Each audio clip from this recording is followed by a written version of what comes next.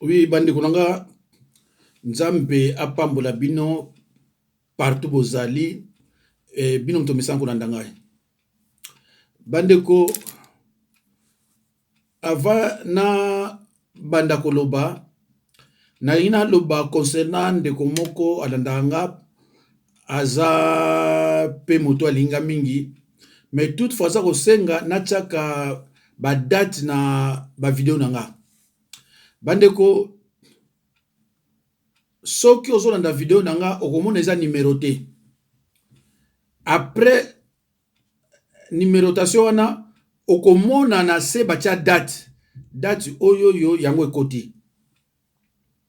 Mais lukola yo olingi toujours na tiaka ba date malgré ba o wana soki na moni ke na bosani te na kotiela yo date na loba neti oyo nazo sala ngo dimanche le 6 septembre 2020. Voilà. On a salango le 6 septembre 2020. Le coup de a ba date et mo na bando visité natalem. Alo bande kunanga nazolo ba minga wana 3 points. Ya liboso pona mukuna. Na yoki ba déclaration ya évêque Mukuna. Pona éveil patriotique. To soutenir yé to soutenir yé. Bokotala raisonnement nanga toko raisonner biso sur ndenge moko te ba oyo bakozala contre raisonnement nangai bakotia ba commentaire na bango peut-être ko yedenga ipe ba oyo bakomona ke raisonnement ngai za bien to kende ndengo na to kende yami balé toko parler na ba milice ya Codeco ils ont passé na Est. Après, tu parler na Martin Fayoulou. À trahir, toi trahir te. Na kotala kaba air, to kene musika te, to bandana numbala moko. Batumba biro, batumba ndako, sote mutu kananga ya cher, batumba ngo. Pobele mbisangai, na kolemba te. Ata butumi ba mitro nyonso na baniko tambula makolo. Moi c'est le peuple congolais. Il faut tout bima na boumbu ya bétranger. Boumbu ya bétranger. Mwana Congo zala na poto zala wapi. Comme c'est le homme. Toko somba ba tricot. Comme ne fisque. Et loko moko. Même na chapeau na yo. Même liboso ndako na yo. Même ne loko moko. Kabila dégage. Kabila dégage. Na chapeau na yo na tricot. Chamation Kabila dégage. Tu nous as tout pris. Une malédiction pour le Congo. Une malédiction pour le Congo. Mutu nyonso akanga magana ye babetaka ye ba musicien na poto bakenekete pona ye ba pasteur biso to betama papa kengu mukolo babeta ye pena baboma ye kaka pona ye akanga mina parti politique asilisi yango nyonso coalition na palu lelo palu en perte de vitesse kaka mutoyi ya depuis ya kaba parti politique nyonso El Chapo nazo yebisa yo ke papa préféré au samba na Congo mais ce qu'on préféré au samba na ce pays au misaleli mabe akangami na MLC azwi batu nyonso MLC lelo aza na IDPS sala ndenga zotia bazizani na IDPS kaka po ADPS yango nyonso kaka po ADPS yango nyonso lukutana yo eve patriotique eza en face na yo na kosimba lumeye ya mutu te na koprefere na lala nsala mais peuple congolais azo libération de grâce que la communauté internationale nous écoute tana bino esili bana Nzambe bana Congo la lutte continue kwa murie mboka famille yeba na kate mutu mobimba mukuja mboka famille ka ya batu misatu ba congolais pene bité so ba salaki biso mvutuma mwana mobali on ebité asalaki eloko nini vraiment ya tukipaka ngo pété président Félix Azalia nani akufi papa leki na ye tata moi sasa wa bazaka na mondo fuli ya bazawa ya bazawa bobanga na binote je suis serein après 1 2 3 jours même birobo ko FCC to ba mabango mabanga basana suka Katumbi azalaka ba mercenaire Katumbi tokokanga Katumbi azala ba mercenaire Katumbi aye balaki biso ba mercenaire toujours de montage ba mercenaire ya Katumbi bazawa nanda Katumbi abotolaki ya bato tokondana ya nyata ote mandat international ezawapi ya kolansela Katumbi ezawapi toujours ça Kutino Fernando ezalaki kaka minduki mpona akokisa poste na bango bien-aimé dans le Seigneur distraction biso c'est le combat mboka na biso ekufi nazo comprendre bango c'est puisque bayebaki te ke moto aboya akobima nabimi Nzambe abimisi ngai bokosala eloko te Nzambe ayebisika meme na butu fonce parle personne ne mettra la main sur toi kolanda biloko wana te donc merci na peuple congolais kobanda poto merci pour votre soutien et vous avez compris manœuvre dilatoire ya ennemi bazolo makambo mboka bango bazoya na futilité bakalisaki bakoresir nakoyebisa bino même prince bosali bomone réaction ya peuple il ne vous aime pas peuple alingi bino te bomoni ya bozimbo bomoni 2-0 c'est-à-dire que place bosali réaction ya peuple ezali réponse mpona bino réponse mpona bino bilo bolingi bosala 35 ans bokosala yango te oyo bosi bosali ekoki mais c'est Joseph Kabila prépare-toi okoyebisa biso nani aboma Désiré Kabila prépare-toi otelisa biso famille na yo bien bakongole toza bazobe te tozali na information ya nyonso après je vous annonce bana ya musée baye kokutananga boyebi le véritable enfant de musée je l'annonce devant la nation baye kokutananga balobi que nous sommes là papa évêque 18 ans ya passe bomona yango jete nalakaki bino ça sera du feu depuis na bandi bosexplike na eloko moko te awo nasali mpo bolongola eza te nous sommes préparés pour ça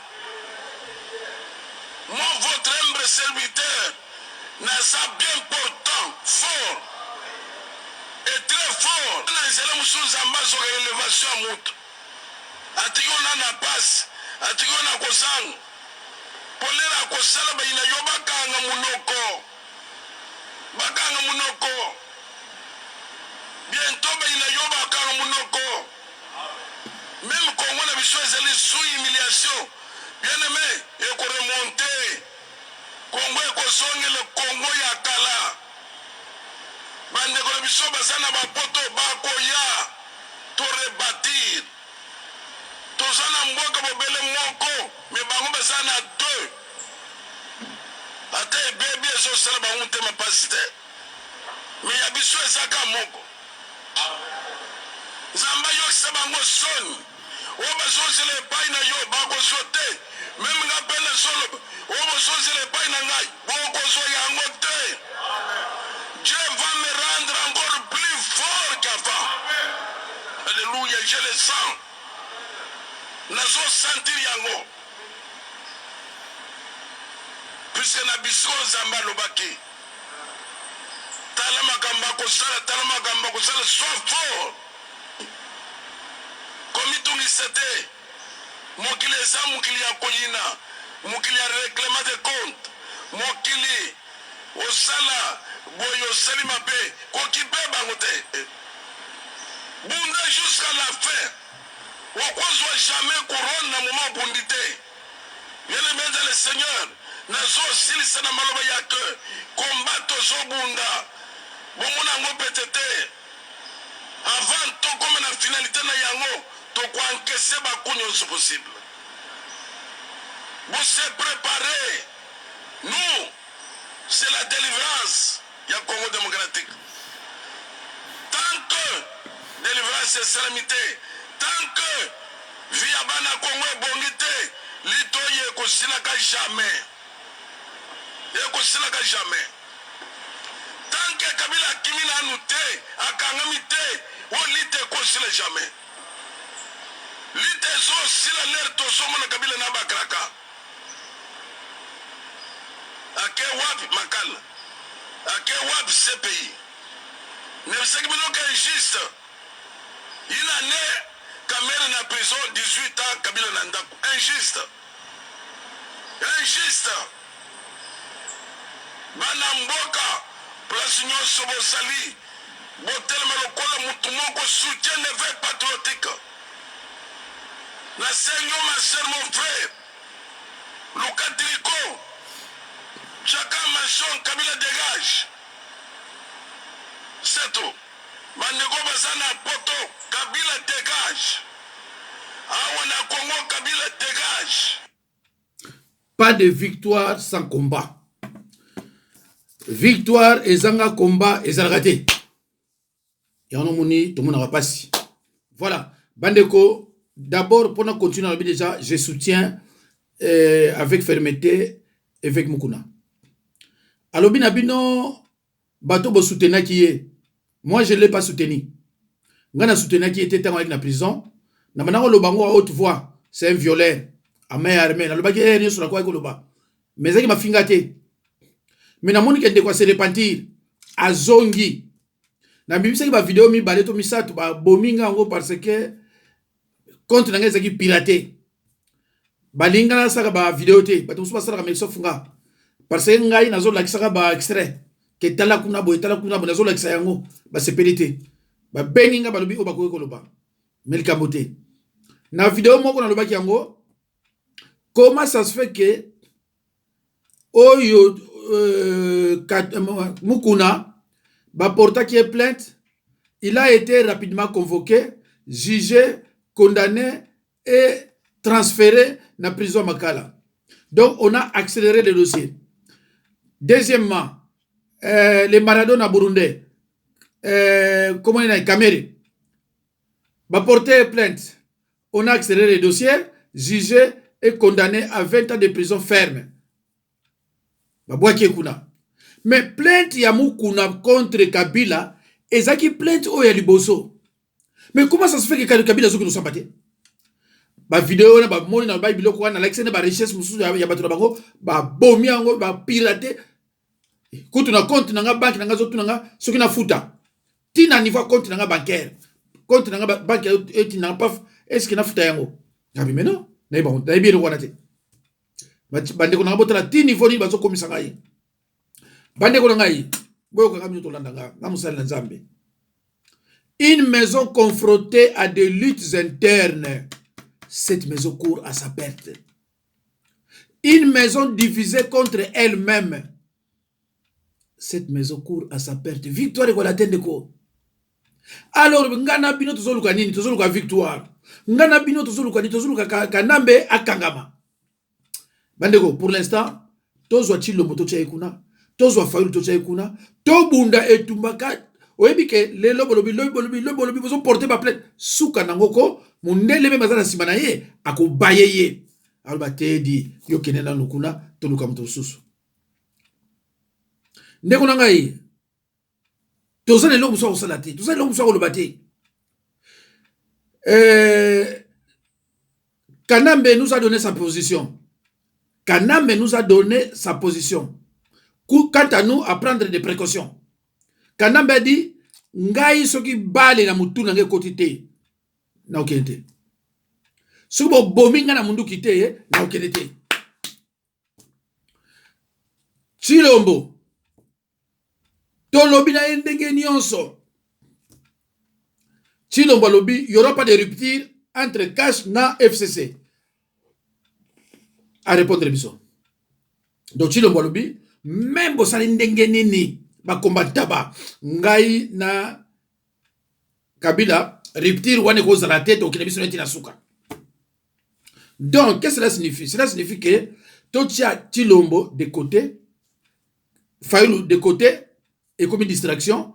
Allez, tout se focaliser bisonyo so kaka na Kanambe. Ndeko oyo avec Mukuna. En tout cas, ta una yoki makamwa ye lobiti na suka. En tout cas, ndeko, même s'il est violeur, même si il est violaki, mais le coup ya telemili Kabila. Na bloqué ki ba prière ba kasayen na fongoli yango. Parce que na tiki on a bloqué yango moya ki musike zate na fongoli yango. Pour atelema kende ye aluba kuna ngapena aluba koto. Donc ce qu'on a mu Congo, Kasayen, Katangé, Kivusien, Kingandi, ba Congo, Téléma na éveil patriotique to lobby Kabila dégage. Mutu nyonso Congolais nyonso oyo azali na FCC aza ennemi ya peuple congolais. Congolais tout, ozala mungala, ozala muluba, ozala Kasayen, ozala tant que yo na FCC, oza ennemi ya peuple. Et que souke l'homme abe un jour.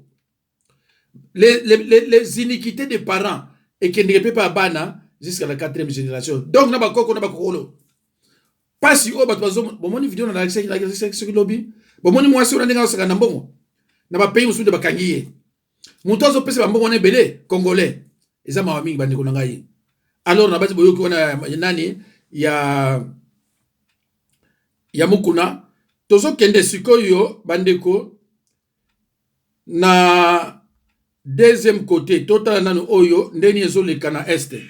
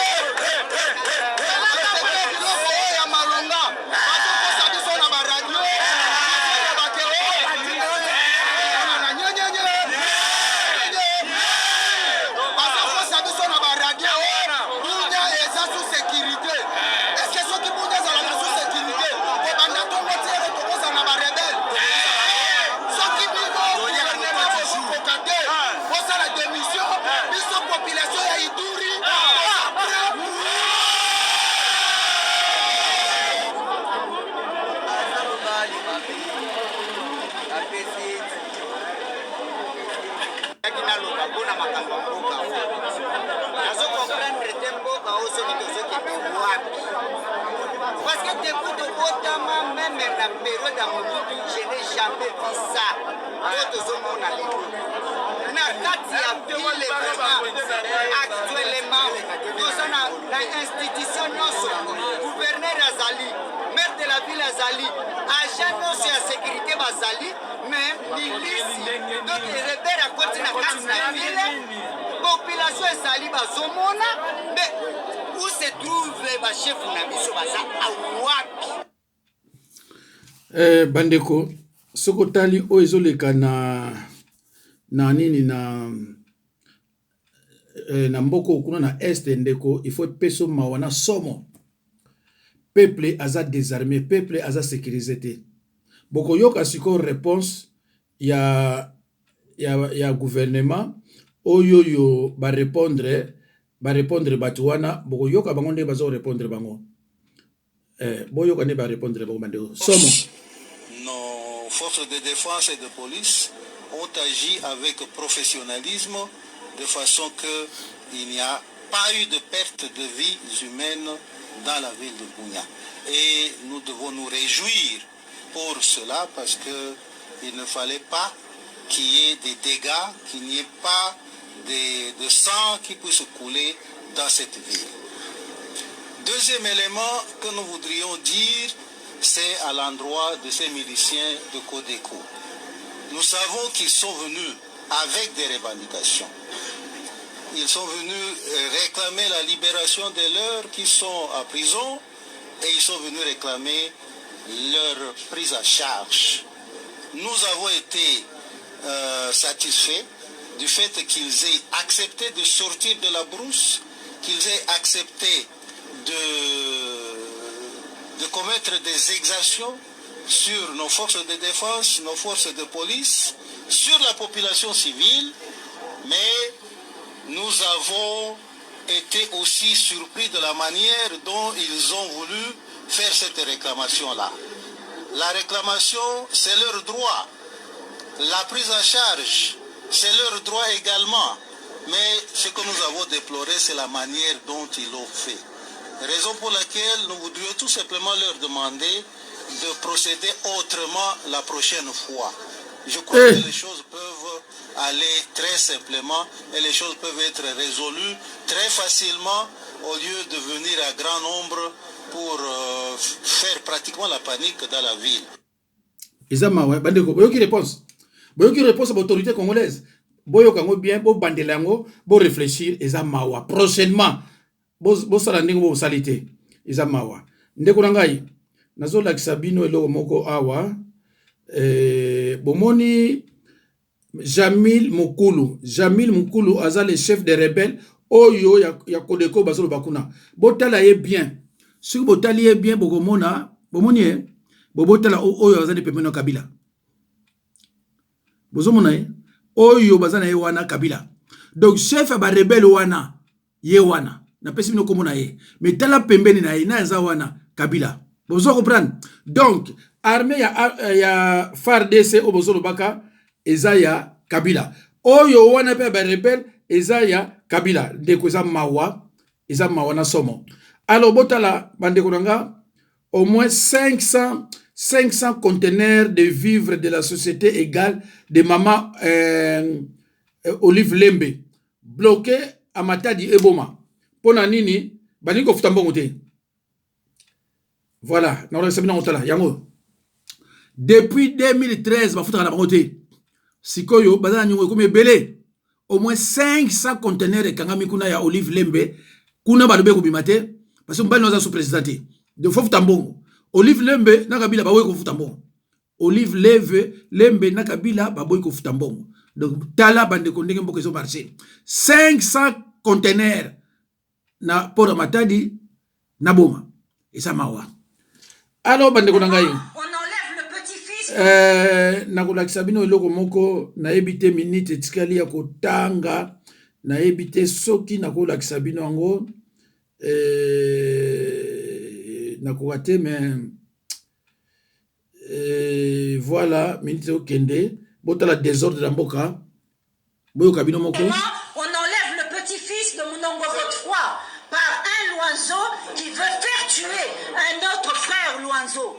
Je vous en prie, suivez tout ce qui se passe. Regardez le greffier de la prison, c'est lui qu'on a chargé de la sale besogne. C'est lui qui est venu enlever mon fils avec la garde rapprochée du gouverneur Kiaboula. C'est eux qui sont en train de l'enlever. Mesdames et messieurs, messieurs, je vous en prie, suivez, je suis en direct, je suis en train de publier, je vous en prie, s'il m'arrive quelque chose, sachez, voilà, regardez comment on est en train de l'enlever de force. Regardez, messieurs, dames, on l'enlève de force, on est en train de l'emmener, messieurs, dames. Messieurs, dames, on est en train de vitafika, tunamiyua, bande d'assassins. Shika kata baba, siwezi kukata. Pako nifanye na mimi vile unafanya kwa sound kwa. Mwenye mpika, muyambo iko munjia, mnakatala kuchunga.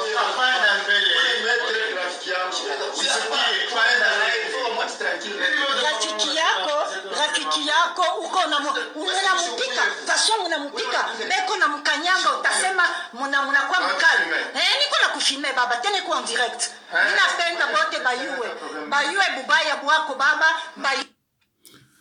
mboka nini ndeko nanga ezanga makambo te mikolo nyonso partout ba problème ezali partout ba problème ezali alo bandeko nanga ye Martin Fayulu akutani jamais na Kabila, Martin Fayulu akutani jamais na Chilombo, Martin Fayulu abomba jamais ba mbongo na Grèce, Martin Fayulu ba déclaration sozo mona eza on lukuta eza on lukuta ezaka ko tchabiso na division ba musuba profiter ba finga ba loba ennemi asepela bandeko bozala mayele. C'est regrettable tant on a eu ki ba déclaration mususu eza awa ndeko fo boye bakaki mutu soka zana affaire biso ba Congo mutu soka zana mwasi azana bana même azana bana te soka zaka na mwasi po oleka ofinga ye a moins koza na ndoki soki mwasi aleki po finga ye mwasi una fo azana peut-être na ndoki parce que ndeko eza vraiment biloko yako sepela kana ngote soki bozana simana ya mutu bokende jusqu'au bout soko moni a déconner bozela boyoka finalité likambo ngo eza ndenge nini ndeko tango na yoki biloko oyo epesinga mawa mais na kochango penza muke na kochango te parce que c'est plus ngalité voilà combat boko sala combattre étant dans le péché ah non birotu o boso kote la Rwandais boso kote la Jean-Pierre Mbemba na MRC boso kote le cibe ya marionnette faux leader voleur ou tous millions de milliers de dollars Fayulu au terme la banque et la Suisse yona mosito o nazalaki soldat naza combattant et commandant du peuple o moyibi criminel étranger au subir grande humiliation Fayulu yakali supoto yona mosito boko beta mamabe bo sakali na mboka na biso na bino bakatumbi na ba Jean-Pierre Mbemba boya lisusu bino quelle sorte de politique bon bandeko bon eza eloko na kolakisa bino te to continuer kotalaka bato bafingaka bato bon o balingaka bato bafingaka bato bon ben bokoluka kote bokoyoki lango mais apa nanga je crois que na bloqué yango déjà bokolanda yango susu te parce que eza mawa mingi mpona biso bacongolais basekaka biso bapropos ya kotenir nani yango akopesa bango bamillion ya marque tia na pipo ya Suisse bandeko nani akopesa bango mbongo wana vraiment de n'importe quoi nani akopesa mbongo na ebele apesa pa Fayulu apesa na muzito po basali nini po apesa bango mbongo donc un jour bokoloba pe awa wake ngape na mbongo po nazoloba po na Fayulu boyokanga bien ngai Fayulu na abenga ye te ye pe na abenga te naza nimero na ye mina obenga poto solene makamuni na obenga poto solene makamuni naza makamto so na ye te mais pourtant na bibatu na ye naza nimero na ye mina benga ye te ye pe benga te mais bandeko eza mawa mingi alors totalaka mwa eloko yo bandeko ekosala na banzi 1 minute ou bien 2 minutes bandeko nanga na bai na bino boye totelema biso nyonso na sima ya éveil patriotique je vous en supplie na otaka ba commentaire na bino tozali le dimanche le 6 septembre 2020 totelema biso nyonso na éveil patriotique na nzila imosi biso nyonso nzila imosi to se focaliser kaka na Kabila tozwa Chilombo to chena de côté pe Chilombo sa loba oya loba Fayulu azana de côté to faire partir mutuwana comme ça biso na biso to solola Chilombo Fayulu mama Justine Kasavubu ngai moko passer na Congo et le reste Allo bandeko totala mwa muke eloko yo. Reporter et journal télévisé en lingala facile Kamsa Kamena a filmé ki bongo restaurant moko ya bambwa na Mbushimai na province ya Kasai Oriental. Reportage. Chibela bela yango ndembwa musuni kitoko eloba baluba awa na Mbushimai eza na impact na ndenge ya kosakala te. Toujours na cadre ya kala inga kala technique jeune oyo nde asala mama na restaurant awa alambaka yango kitoko abanaka nanu kotumba yango après ya kati ba grande partie basukoli yango très bien basiemisi mbeli po il faut ezala na minu po ekata yango kitoko après bakati yango nyonso bati yango na kati ya nzungu bapelisi bakoni batuti pilipili très bien basopi yango na kati na bepisi nyonso de façon que ebela kitoko après ebanzi kotoka kasi na pembeni oyo pe atelemi azotala ndenge bazosasa moninga na ye pokala mingi te ye pe bakosasa kaka boye akolia maloko la vo keba kuna na pembeni bukula bwanseke ezozela yango po soki ekiti seben oyo kobeta ba awa pardon misapi ekoki kokata na yo achaka asalaka biloko na ye bien bien azocha abonisaka bien musala na ye ayebi kaka mpona veni yinga en face ya papa oyo etrafa kota ya shitikate kati bakulumba bachikota moko boye bachie na kati wana bamungwa bapilipili na biloko moko boye asangisaka kaka wana achaka nde wana eza ya koteka musunya moko boye 500 francs 200 francs 150 300 yango nyonso nde azoteka na bapri nyonso kobandaka na 7 likolo eza na elengi pe ya kolia bien soki olia yango eza na gu moko kitoko esalaka ata 30 minutes te puisque na elengi yango soki olieka musunya wana omeki musuni ezopesaka gu mpo sumba ata ya 1000 francs 3000 francs tala mbwa esi ekoma bilei oyo mutu nyonso na Kasai yaliaka soki oleki bakoto oyo olia yango te antukoza no moluba te po eza na impasse na ndenge ya kosakana te kasi bokeba po ekota nango deja partout en tout cas tibelabela eyokani ya sol chitunga kitoko bandeko